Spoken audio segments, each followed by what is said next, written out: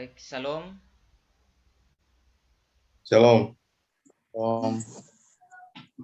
Nah, terima kasih kakak semua sudah mau meluangkan waktu untuk bergabung pada Zoom kali ini. Uh, Baik, pada kesempatan kali ini uh, saya ingin mengajak kakak semua untuk kita membahas tentang filsuf yang sudah ada pada zaman dulu. Maka sebelum itu uh, kita akan mulai dengan perkenalan. Saya akan memulai memperkenalkan diri saya. Perkenalkan, nama saya Roberto Leutamelan. Saya biasa disapa Berto.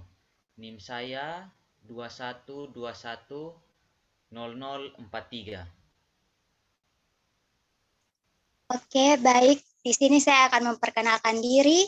Perkenalkan, nama saya Mega Imelda Putri Sabu, biasa disapa Mega. NIM saya 21210084. Oke, terima kasih. Nama lengkap saya William Cornelis Bulima dan biasa dipanggil Willy atau William. NIM saya 21210094. Terima kasih. Baik, perkenalkan nama saya Julius Umbukarudi Baharang, biasa dipanggil Ulis. NIM saya 20210014. Terima kasih. Jadi baik, terima kasih kakak semua yang sudah memperkenalkan diri. Sudah seperti yang tadi saya sampaikan bahwa pada kesempatan kita kali ini kita akan membahas beberapa filsuf. Nah, filsuf-filsuf yang mungkin yang akan kita bahas pada kesempatan kali ini adalah filsuf-filsuf yang membahas atau mengkaji tentang asal-usul ini alam semesta. Jadi mungkin dari kakak-kakak semua ada yang tahu siapa saja mereka atau mungkin salah satu saja mungkin bisa memberikan pendapatnya. Oke, baik Kakak Berto. Mungkin di sini yang saya ketahui yaitu filsuf Anaximandros atau Anaximander. Nah, Anaximandros ini berasal dari Miletos. Dia itu salah satu murid Thales dan dia adalah filsuf kedua. Nah, menurut kebanyakan orang, Anaximandros itu lebih menarik daripada Thales. Nah, menurut Apollodorus, seorang penulis pada zaman Yunani kuno, dia menyebutkan bahwa Anaximander ini lahir pada tahun 610. Nah, hal ini juga diperkirakan pada tahun 547 dan 546 sebelum Masehi itu diadakan sebuah olimpiade. Nah, di situ Anaximander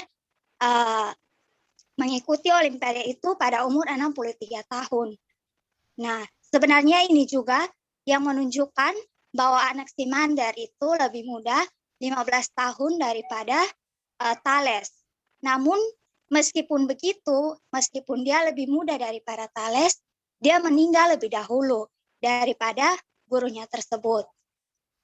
Itu saja kakak yang saya ketahui. Baik, kalau yang saya ketahui di sini tentang filsuf Anaximenes. Dia berasal juga dari Miletos. Dia merupakan filsuf terakhir di sini. Nah, filsuf ini kurang menarik, namun dia membuat kemajuan penting. Masa hidupnya itu tidak pasti. Namun, bahwa itu muncul setelah Anaximandros.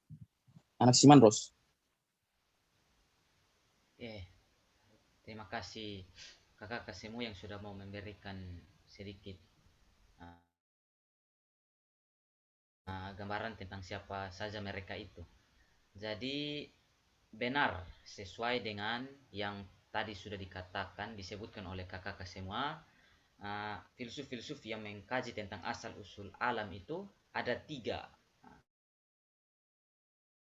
Mereka itu Thales, ada Anaximandros, dan ada Anaximenes.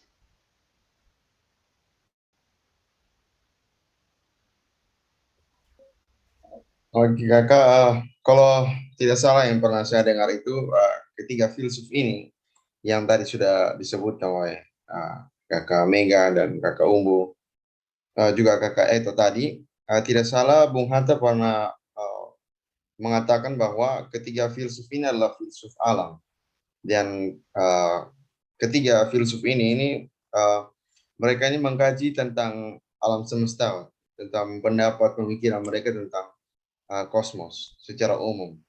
Dan biasanya para ketiga filsuf ini dijelaskan sebagai sebuah pemikir, seorang pemikir yang berpandangan kosmosentris. Artinya pemikiran mereka itu menuju pada alam semesta, poinnya kepada alam semesta gitu kan. Oke, baik. Terima kasih Kak William yang sudah juga memberikan sedikit gambaran tentang ketiga orang ini, ketiga filsuf ini. Jadi saya akan mulai dengan memperkenalkan siapa itu Thales. Tapi sebelum itu mungkin kakak semua sudah pernah dengar atau mungkin pernah belajar tentang siapa itu Thales. Pernah, Kak. Ya, kalau saya pernah dengar dari Bung Hatta itu. Jadi Thales ini dia berasal dari Miletos. Dia juga adalah salah seorang dari ketujuh orang bijak yang dianggap oleh orang-orang Yunani pada saat itu sebagai petuah-petuah yang biasanya mereka ikuti. Oh, jadi Thales. Ini dia merupakan salah satu dari ketujuh orang bijak yang tadi seperti yang tadi kakak sebutkan. Nah, terus 6 orang lainnya tuh siapa begitu, Kak? Oh iya kakak.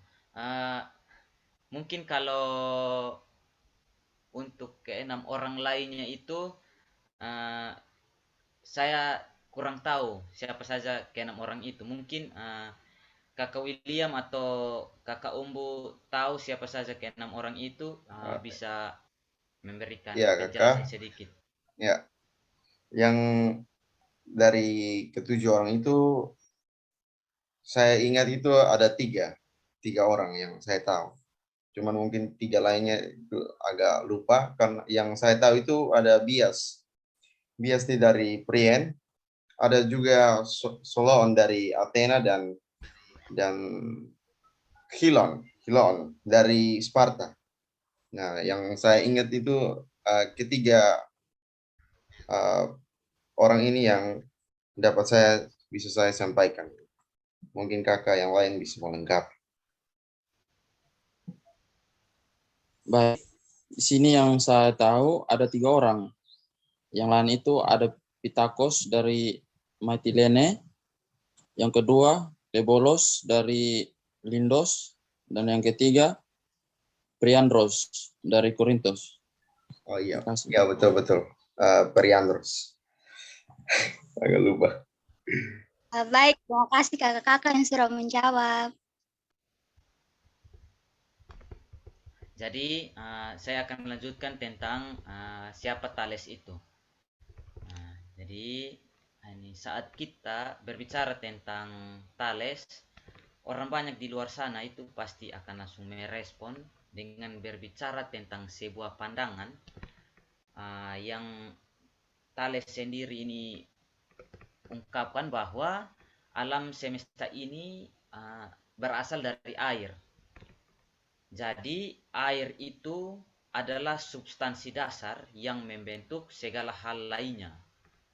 Air ini merupakan asas pertama yang menjadi asal mula segala sesuatu. Penemuannya ini didasarkan atas kenyataan bahwa air dapat ditemukan yang bermacam-macam. Contohnya seperti air yang tampak seperti benda halus. Itu kita bisa temukan dalam wujud uap. Yang berikut, yang tampak seperti benda cair. Nah, ini merupakan wujud dari air itu sendiri. Kemudian, tampak seperti benda keras. Ini kita bisa lihat seperti es. Dan air ini juga terdapat pada makanan dan pada batu padas yang menumbuhkan tumbuh-tumbuhan. Jadi pada konteks zaman itu di pantai Miletos, air ini dia tampak sebagai lautan yang luas, sehingga kemudian orang-orang di sana pada zaman itu dengan mudah berpikir bahwa bumi ini tentu keluar dari air dan terapung di atasnya begitu. Jadi mungkin ada kakak yang mau menambahkan sedikit bagaimana tentang pandangan atau tentang teori ini. Baik kakak, mungkin saya ingin berpendapat. Menurut saya kalau kita ambil contoh, kita hidup pada konteks zaman di mana Thales hidup, saat itu kita pasti juga memiliki pemikiran yang sama, cara berpikir kita sama. Karena pada zaman dahulu, pada zaman di mana Thales hidup khususnya, orang-orang itu mengambil suatu kesimpulan atau pemikiran mereka itu berdasarkan apa yang mereka amati, berdasarkan apa yang mereka lihat.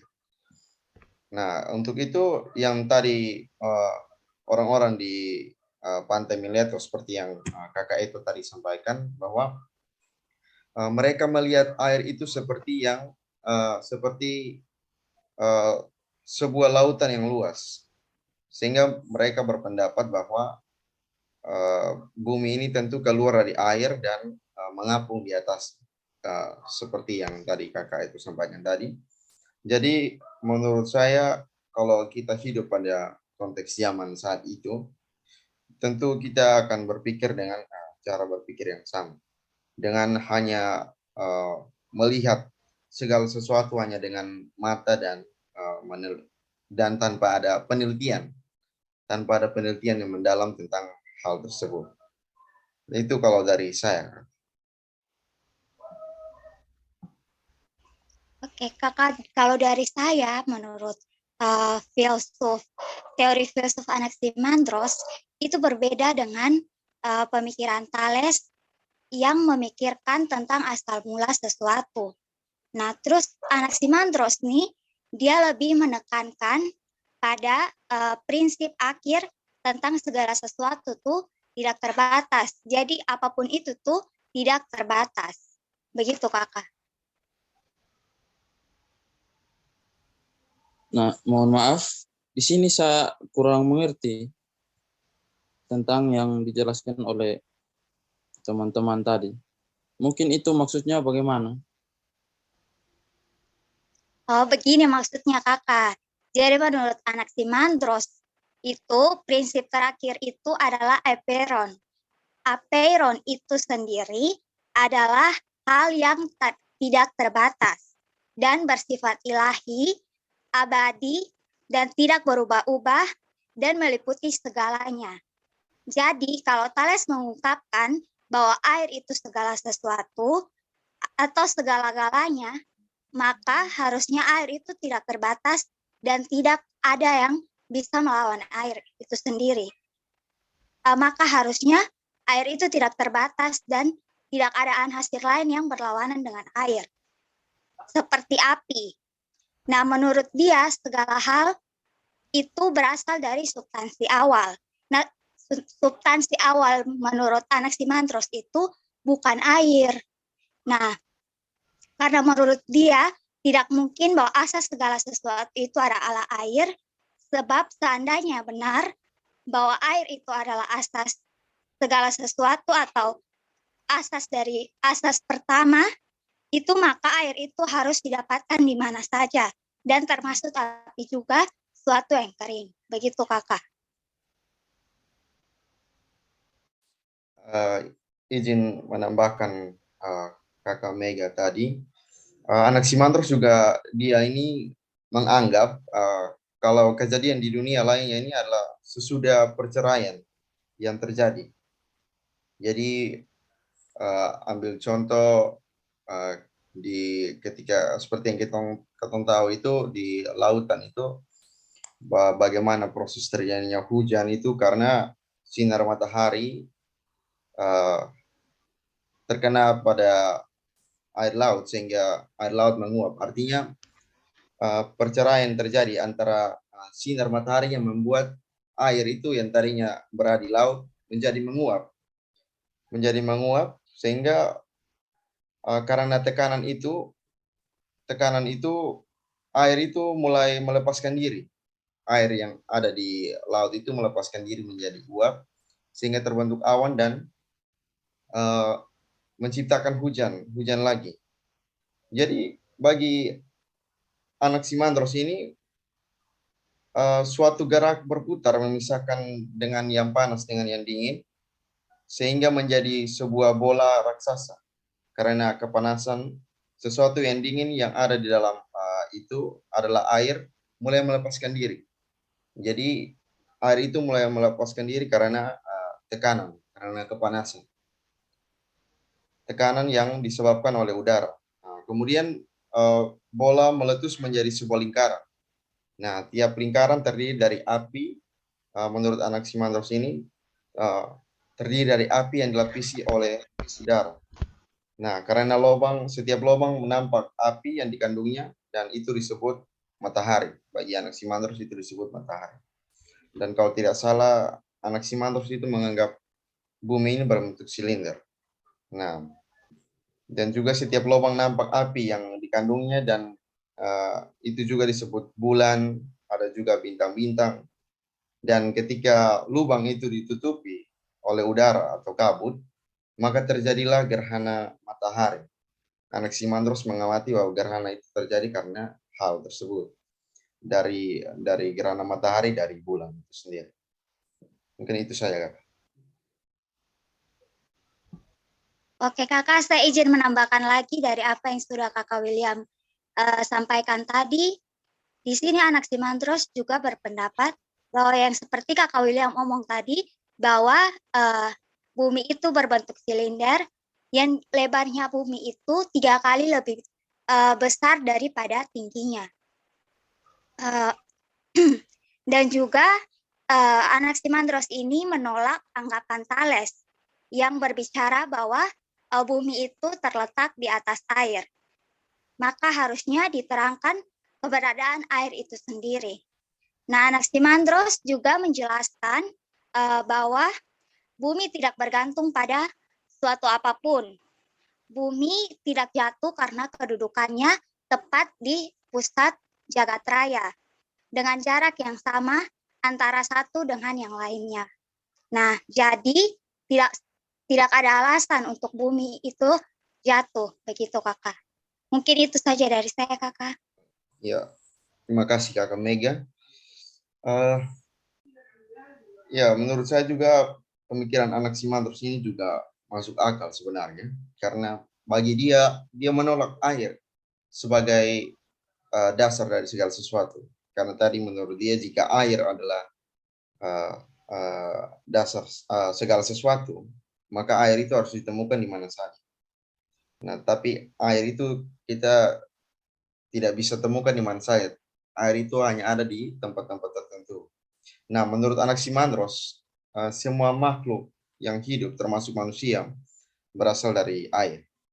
Sebenarnya pendapat ini juga tidak salah, karena seperti yang kita tahu ketika kita belajar biologi, kita belajar bahwa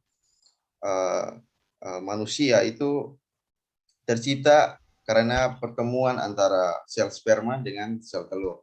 Nah, sel sperma yang kita tahu itu adalah berupa cairan. Nah, untuk itu Anaximandros mengatakan bahwa manusia ini berasal dari air. Dan bentuk hidup pertama adalah ikan. Dan ketika tanah semakin menjadi kering dan air mulai surut, karena disinari panas matahari, maka makhluk hidup juga mulai berkembang di atas bumi. Nah, menurut Anaximandros pemikirannya ini, dia berkata bahwa manusia pertama hidup di bumi sebagai anak bayi, tetapi dia tidak bisa bertahan lama. Maka ia beranggapan bahwa manusia pertama itu tumbuh dalam tubuh ikan. Nah, pendapat Anaximandros ini berdasarkan penglihatannya, pemikiran dia bahwa seekor hiu melindungi anak-anaknya di dalam badannya. Nah, Anaximandros dia juga termasuk filsuf yang mempengaruhi sejarah filsafat yang ada.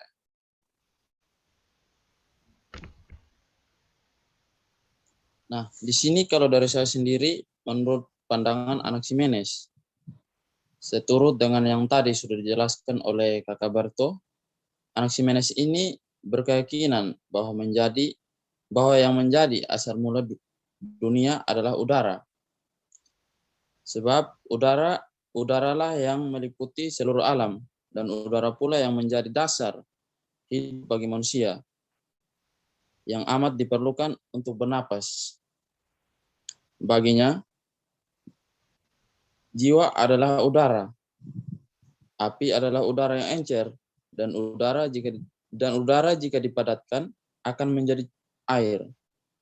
Jika dipadatkan lagi akan menjadi tanah, dan akhirnya menjadi batu.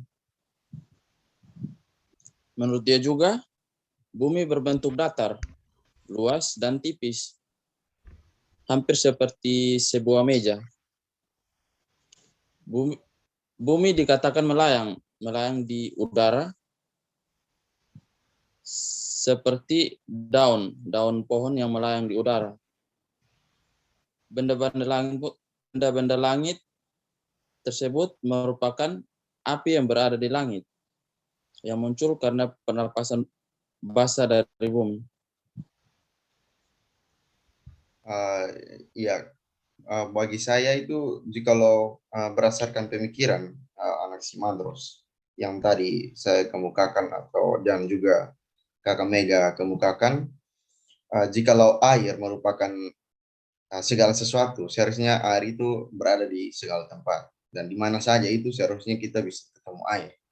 Tetapi kenyataannya itu tidak. Air itu berada di tempat-tempat tertentu saja. Dan itu tadi sudah saya sampaikan. Mungkin melalui pemikiran itu, Anaximenes mencoba berpendapat bahwa udara lah yang menjadi asal mula dunia yang meliputi seluruh alam. Dan kalau dipikir-pikir dengan logika, pendapat ini tentu benar juga dan tidak salah juga sebenarnya. Karena yang seperti kita tahu bahwa udara ini menempati segala sesuatu, dimanapun pasti ada udara. Nah, untuk itu bagi saya pemikiran Anaximenes ini merupakan pemikiran yang bisa diterima juga sebenarnya. Dan bahkan jika kita menggunakan akal pun, di dalam air pun kita bisa menemui udara begitu.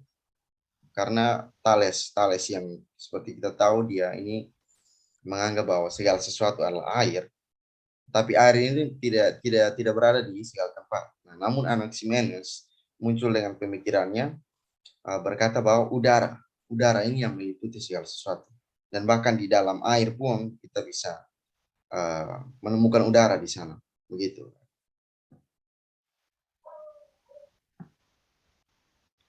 Jadi terima kasih kakak semua yang sudah memberikan pandangan menurut beberapa filsuf, yaitu Anaximandros dan Anaximenes. Jadi kesimpulan yang bisa saya ambil dari apa yang sudah kakak sampaikan, dari pandangan, dari pemikiran yang dikemukakan oleh filsuf tadi, ada Anaximandros, ada Anaximenes, bahwa mereka itu mendasarkan segala sesuatu apa yang mereka kemukakan itu mereka mendasarkan dari apa yang mereka lihat atau apa yang mereka amati saat itu. Jadi mulai dari Alef mengemukakan bahwa asal muasal segala sesuatu itu adalah air, karena semuanya itu membutuhkan air dan terdapat fenomena alam di sekitar mereka. Seperti yang tadi di sungai asal tempat mereka itu, mereka menganggap bahwa air itu dianggap sebagai lautan luas. Itu mereka beranggapan dari itu, sehingga Thales memunculkan pemandangan dan pemikiran yang seperti itu. Yang berhubungan erat dengan air itu, mereka percaya bahwa air itu asal dari segala sesuatu. Jadi kemudian berpindah lagi ke Anaximandor yang membantah teori atau pemikiran yang disampaikan oleh Thales tadi. Dia berpendapat bahwa kalau air merupakan asal dari segala sesuatu, maka air itu seharusnya ada di segala aspek yang ada di bumi ini. Dan tidak ada anasir lain dari air yang kemudian dikemukakan oleh dia bahwa anasir lain itu tersebut adalah api. Kemudian pada akhirnya diakhiri dengan pandangan dari filsuf Anaximenes yang menyatakan bahwa asal segala sesuatu ini berasal dari udara, karena menurut dia udara ini sangat penting bagi kehidupan dan ada di segala sesuatu begitu. Mungkin dari kakak dong ada yang mau menambahkan? Ya, kakak, baik, saya ingin menambahkan pendapat kakak itu tadi, dan yang berdasarkan artikel yang pernah saya baca itu, suatu planet itu dikatakan hidup, suatu planet dikatakan memiliki tanda-tanda kehidupan. Jika salah satunya itu jika memiliki air di planet itu merupakan tanda awal adanya kehidupan. Dan seperti yang kita tahu juga, makhluk hidup, semua makhluk hidup yang ada di bumi ini membutuhkan air.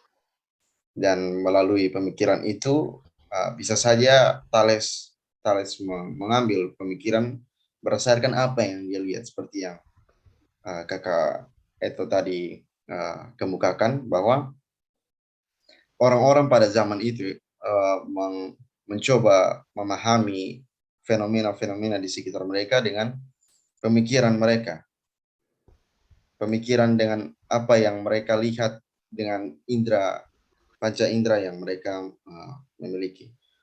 Tetapi kalau kita lihat seiring perkembangannya waktu, mulai dari Thales, Anaximandros, Anaximenes, pemikiran-pemikiran itu berkembang. Jadi dari awalnya Thales mengatakan air, kemudian Anaximandros mengatakan apeiron, sesuatu yang bersifat ilahi, dan juga Anaximenes yang kakak Umbu tadi kemukakan, yang memiliki pemikiran bahwa segala sesuatu itu udara. Bagi saya itu merupakan perkembangan, menurut saya, perkembangan pemikiran manusia yang mencoba memahami fenomena-fenomena alam di sekitar mereka begitu, dengan menggunakan apa yang mereka punya, itu panca indera, tanpa adanya penelitian mendalam, karena seperti yang kita tahu pada zaman itu teknologi belum terlalu berkembang besar. Nah, untuk itu bagi saya juga sebenarnya pemikiran ini dalam konteks itu saya rasa cukup membuat sejarah filsafat ini menjadi berkembang maju pada zaman itu. Dan mungkin itu saja yang bisa saya kemukakan, Kak Eto. Terima kasih ya. Oke, baik, terima kasih. Kalau mungkin ada tambahan dari kakak Umbu dan kakak Mega atau tidak ada? Kalau dari beta tidak ada, Kak. Kalau dari saya sendiri juga sudah pas tadi yang dijelaskan oleh Kak William. Oh, ya. Baik. Jadi terima kasih ini kakak-kakak yang sudah mau bergabung dan mau berbagi sedikit pemahaman kakak-kakak dong semua mengenai filsuf-filsuf filsuf-filsuf yang mengkaji tentang asal usul alam. Ah, jadi ah, mereka mengeluarkan pandangan pemikiran mereka itu berdasarkan atas apa yang mereka lihat begitu. Ya, Jadi tapi ini mendapatkan bantahan. Jadi mulai dari Thales tadi dia dibantah oleh Anaximander, kemudian dibantah lagi oleh Anaximenes. Anaximenes Ya. dengan pemahaman yang berbeda-beda. Baik, terima kasih kakak-kakak yang sudah mau bergabung dan berbagi tentang pandangan-pandangan dari filsuf-filsuf yang ada yang membahas tentang asal usul alam semesta. Jadi mungkin ini menjadi akhir dari pertemuan kita. Terima kasih banyak untuk kakak-kakak semua. Ya, terima kasih Shalom. juga Kak Eto Terima yang kasih. sudah berdiskusi dengan kita. Ada Kakak Mega juga dan Kakak Umum. Ya.